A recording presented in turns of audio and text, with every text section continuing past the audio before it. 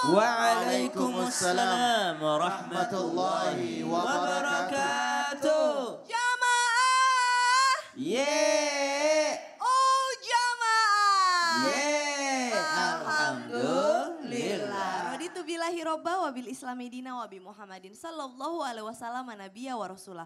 Allahumma sholli ala sayyidina Muhammad wa ala ali sayyidina Muhammad. Jamaah apa kabar? Lagi siap-siap ya mau berangkat kerja, ada yang lagi nyiapin makan anak ya nggak, udah salat subuh apa belum? Nah sebelum kita belajar sama guru-guru kita saksikan dulu yuk tayangan yang berikut ini. Allah, mudah-mudahan masyarakat di sekitar yang terkena musibah itu diberikan keselamatan dan kesabaran. Amin, insya Allah subhanallah. Itu pancang-pancang bumi ya, digoyang sedikit sama Allah langsung kita panik semua Ustadz ya. Karena gunung itu adalah pasak. Pasak itu pakunya. Jadi kalau sesuatu pakunya sudah goyang, dikhawatirkan adalah buminya juga ikut goyang. Subhanallah. Ibu siapa namanya? Saya Ibu Laisa Novi. Dari mana? Dari MT Muslimat Kecamatan Jatinangor, Sumedang. Masya Allah, tepuk tangan dong ibu-ibu. Ibu silakan kembali ke tempat duduk ya. Ustadz, bagaimana sebagai manusia kita menghadapi ujian seperti ini, harusnya bagaimana sih tanggapan kita Ustadz? Mohon tausiahnya. Oke. Izin Nabi dan Ustaz. Bismillahirrahmanirrahim. Allahumma salli ala sayyidina Muhammad wa ala sayyidina Muhammad. Ingat, jangan menganggap semua bencana alam yang Allah berikan kepada kita hanya sekedar ujian dan cobaan. Tapi bisa jadi itu adalah sebuah rezeki. Rezeki dari mana? Yang pertama, rezeki dengan adanya bencana alam tersebut mengantarkan kita makin dekat dengan Allah. Karena makin melihat bagaimana bisa tadabbur dengan alam, bisa mengenal, melihat kekuasaan Allah di balik setiap peristiwa. Makanya dari sini kita makin dekat kepada Allah lewat adanya peristiwa bencana alam tersebut. Itu adalah bentuk kesyukuran, adalah makin dekat dengan Allah. Dan kalaupun wafat, orang-orang yang kena bencana alam termasuk orang-orang yang syahid. Dan yang kedua, apa? Menjadikan bencana alam itu bentuk kesyukuran, karena dengan adanya bencana alam kita makin mengenal ilmu, bertambah ilmu kita tentang bencana. Tentang bagaimana kita menyikapi atas apa. Kemudian mohon maaf tanpa menggurui. Yang ketiga, lihatlah kayak bencana alam Gunung Merapi dan sebagainya membuat tanah menjadi subur. Membuat tanah menjadi subur. Itu adalah makin mengenal.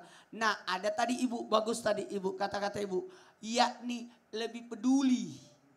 Lebih peduli. Dengan cara apa? Ibu tadi mendoakan. Ya, kita lebih mendoakan. Bukan malah menghujat, harusnya kita mendoakan, membantu saudara-saudara kita. Dan yang terakhir, yang kelima adalah bagaimana kita meningkatkan kewaspadaan. Jadi sebenarnya di balik apapun takdir Allah Ya. pasti ada keberkahannya di situ ya. Dimanapun orang mau tinggal, kalau bencana akan datang. Datang aja mau aja. mau di gedung tinggi juga. Iya, di rumah sendiri pun bisa jadi. Baik, Masya Allah, jazakallah khair Ustadz Maulana. Kasih tepuk tangan dulu dong Bu. Luar biasa, insya Allah keselamatan dunia wal akhirat selalu membersamai kita semua ya. Amin. Ya Rabbal Alamin. Jamaah. Ibu-ibu siapa yang pengen rezeki coba angkat tangan. Rezeki itu apa sih biasanya Bu? Kesehatan, apalagi? Apa? Uang yang banyak, ngelihat anak yang soleh dan solehah. Tapi Bu, ternyata ada beberapa hal yang sebenarnya itu dapat dengan mudah mengundang rezeki loh. Tapi kadang-kadang kita nggak ngelakuin itu, kita menyepelekan itu. Makanya tema kita pada pagi hari ini adalah ini magnet rezeki yang jarang orang sadari. Sebelum kita belajar nih sama Habib Usman, sekarang kita saksikan dulu tayangan yang berikut ini. Jadi ingat liburan romantisnya Habib sama Ibu Kartika Putri ke Eropa nih. Masya Allah. Masya Allah. Beb, bener gak hati yang tenang, yang bahagia itu sebenarnya salah satu magnet untuk mengundang rezeki. Tapi bukannya rezekinya datang dulu baru kita bahagia ya Bib. Kalau gak rezekinya seret gimana mau bahagia Bib? Mohon tausiahnya. Ya akhir afwan Ustaz Maulana, Ustaz Syam, Caca. Bismillahirrahmanirrahim. Assalamualaikum warahmatullahi wabarakatuh. Waalaikumsalam warahmatullahi wabarakatuh. Alhamdulillahil wahidil ahad alladzi lam yalid wa lam yulad wa lam yakul lahu kufuwan ahad. Laisa kamitsli syai'un wa huwas samiul basir. Summa fasalli wa sallim wa barik ala sayyidina wa nabiyina maulana Muhammadin wa ala alihi wa sahbihi ajmain, amma ba'du. Segala puji bagi Allah Subhanahu wa taala yang telah memberikan kita nikmat iman, nikmat sehat walafiat, Ya alhamdulillah penonton di rumah dan penonton di studio insya Allah mendapatkan ilmu yang bermanfaat dari guru-guru kita. Bisa diamalkan dalam kehidupan yang sehari-hari. Amin, amin. Ya Allah, ya Rabbal Alamin. Ketika seseorang bahagia, yang dikatakan di dalam Al-Quran sakinah, yaitu ketenangan. Orang memiliki ketenangan di dunia berarti dia mendapatkan kenikmatan dalam dunia tersebut. Kenikmatan ketenangan ini adalah penghuni surganya Allah Subhanahu wa taala. Kalau di surga kan tenang. Di surga tenang. Ketika di dunia tenang, di dunia bahagia, di dunia bergembira, maka berharap akan keridhoannya Allah Subhanahu wa taala sehingga Allah mudahkan langkah dan jalannya. Tetapi ada yang lebih indah lagi. Allah berfirman di dalam Al-Qur'an, "Qul bi fadlillahi wa bi rahmatihi fabidzalika falyafrahu." Katakanlah ya Muhammad, sesungguhnya karunia yang besar yang Allah taala berikan. Allah turunkan rahmat. yakni di dalam tafsir An-Nukatul Uyun, tafsir Mawardi, jelaskan dalamnya ada juga ulama menjelaskan ada dua hal. Bahwasanya rahmat yang Allah Ta'ala turunkan, yang pertama adalah Al-Quran, yang kedua adalah Nabi Muhammad SAW. Qul bi fadlillahi wa bi rahmati fabidzalika falyafrahu. Maka bergembiralah, senanglah atas karunia yang Allah Ta'ala berikan, yakni berupa nikmatnya baca Al-Quran. Senang baca Al-Quran. Ketenangan di dalam baca Al-Quran sehingga menimbulkan kebahagiaan yang hakiki yang Allah turunkan rizki, kebaikan, keberkahan, nikmat dari Allah dan tentunya dia cinta kepada Nabi Muhammad SAW. Dia dekat dengan Rasulullah dengan cara banyak berselawat kepada Nabi Muhammad. Tentunya inilah sesungguhnya nikmat bahagia yang besar yang dimiliki oleh hamba. Jadi nikmat kebahagiaan yang hakiki adalah cinta kepada Nabi Muhammad, cinta kepada Al-Quran, sehingga Allah mudahkan langkah jalan dan urusannya, dan Allah ridhoi dalam kehidupannya. Oleh karena itu, ayo baca Quran, ingat kepada Nabi Muhammad, bacakan selawat kepada Nabi Muhammad, tenangkan diri kita dengan Al-Quran, masukkan jiwa dan tubuh kita dengan Al-Quran, baca Al-Quran setiap saat, setiap waktu, sehingga apa? Allah berikan keberkahan dan keridhaan dan kebahagiaan yang hakiki di dalamnya. Bifadlillahi wa birahmati fabidzalika falyafrahu. Masya Allah, jadi memang hati yang tenang, yang nyaman, yang dekat dengan Al-Quran, insya Allah itu bisa menjadi magnet rezeki kebahagiaan dunia wal akhirat gitu ya Bib ya. Masya Allah, tabarakallah. Kasih tepuk tangan dulu dong Bu. Sekarang kita lanjut nih mau belajar sama Ustadz Syam. Assalamualaikum Ustadz Syam. Assalamualaikum warahmatullahi wabarakatuh, Kak Caca. Bener gak sih katanya salah satu magnet untuk menarik rezeki adalah prasangka yang baik.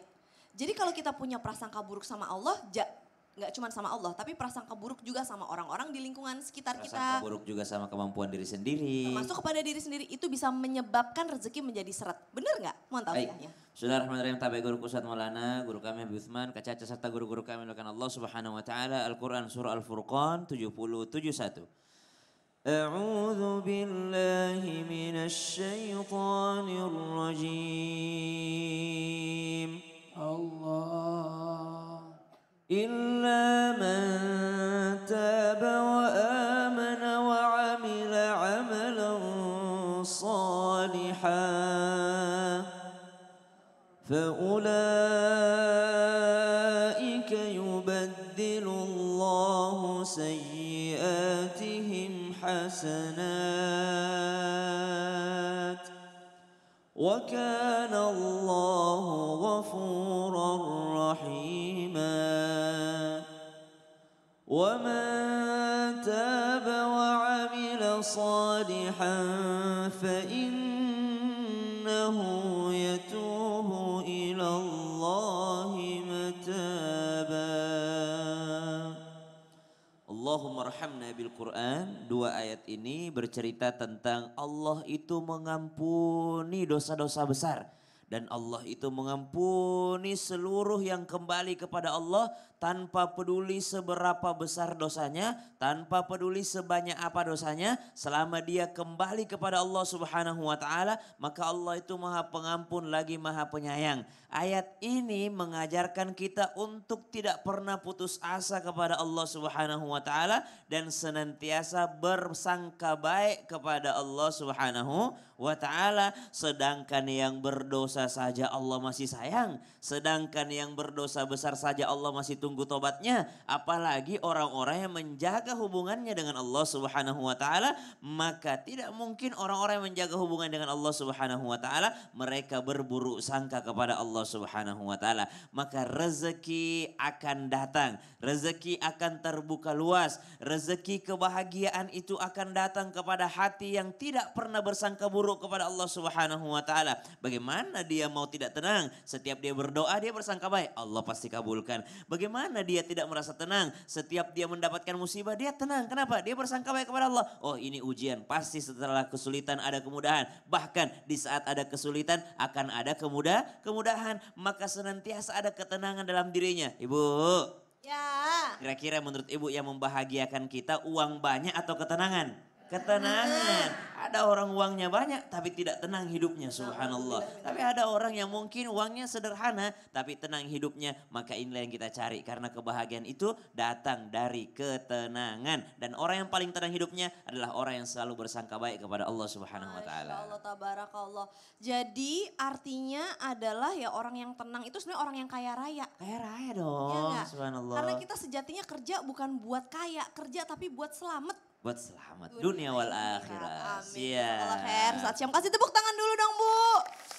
Nah insya Allah nih jamaah yang ada di rumah ini ada informasi penting dari Ustadz Maulana. Oh ya Allah maaf afwan Ustadz. Kalau kita mau melebur dosa-dosa kita bisa juga dengan cara sedekah ya Ustadz? Dengan cara berdonasi sedekah. Ya. Nah, Masya Allah, tabarakallah, makasih banyak CT Arsa Foundation yang terus berupaya untuk memutus mata rantai kemiskinan melalui pendidikan yang berkualitas dan kesehatan yang optimal. Maka kami mengajak kepada siapapun yang peduli dan ingin turut berkontribusi meringankan beban mereka melalui doa dan sedekah yang terbaik dengan cara men-scan QRIS CT Arsa Foundation di bawah ini. Ayo. Gampang banget ya, apalagi ini subuh. Sedekah Disaksikan subuh. oleh malaikat yang ada di sini. Gampang banget ya. Habis ini kita masih akan lanjut belajar bersama dengan guru-guru kita. Jadi jangan kemana-mana, tetap di Islam itu Indah. Jamaah! Oh jamaah!